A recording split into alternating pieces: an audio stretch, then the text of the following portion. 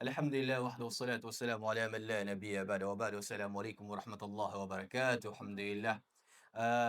Una sa lahat, purihin natin ang nag-iisang Diyos na tagapaglikha na binigyan tayo ng pagkakataon na magkasama-sama. At alhamdulillah, biyaya mula kay Allah na mayroon tayong tatlong kapatid na alhamdulillah ginabayan ni Allah sa pananampalatayang Islam. Welcome mga kapatid, mashallah. And it's very nice na da'wa ng ating mahal na Sheikh kanina, Sheikh Abu Muhannad. Alhamdulillah, at least kahit papano na gabayan sila sa Islam. Alhamdulillah, at ang ating imam, kasama natin dito, na nasaksiyan natin yung ginawa nila, alhamdulillah. Ito'y napakaganda bilang pagpapaalala sa ating mga kamusliman. Nowadays, na kailangan natin ang tinatawag na, ito isa sa mga kailangan na kailangan, ang pagpapayuhan sa bawat isa. Wag nating iwan ang pagpapayuhan sa bawat isa. Sa bahay natin, sa masjid, o sa mga komunidad. Dapat andun yung pagpapayuhan sa bawat isa sapagkat ang reliyong ito, ad-dinun nasiha. It means ang reliyon ito ay reliyon ng pagpapayo. Yes. Para kanino? Para kay Allah, sa kanyang aklat, at sa kanyang sugo. Yes. At para sa mga pinunong Muslim, at para sa pangkalahatan wa ammatihim. Ito reliyon. Okay, na kung saan pagpapayuhan. Eto sa ating ganito, pinapayuhan natin ang ating kapatid.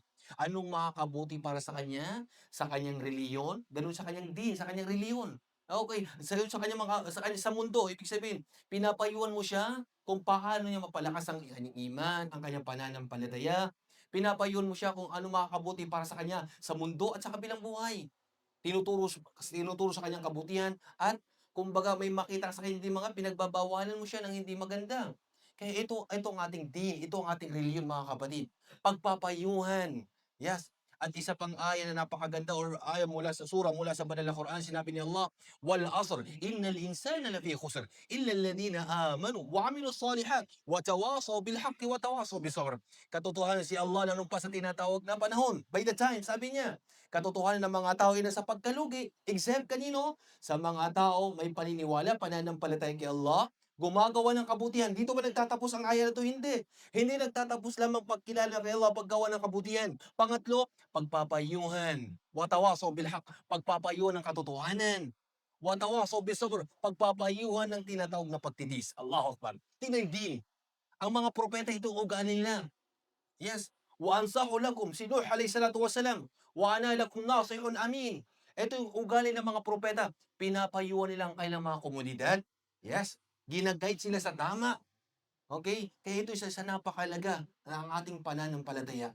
Ang pagpapayuhan, mga kapatid, mga magulang, ay wag na wag nating alisin.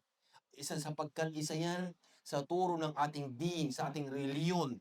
At yan ay susi ng pagiging maganda, pagiging kabutihan, biyaya ni Allah pagkakalog sa atin. Ay inshallah, kukunin naman natin yung mga katangian ng mga taong nag-aanyaya, nagpapayo. Nang sa ganun, malaman din natin. Barakallahu fikum, jazakumullah khair. Wa akhu da'wana, alhamdulillah rabbil alamin. Assalamualaikum warahmatullahi wabarakatuh.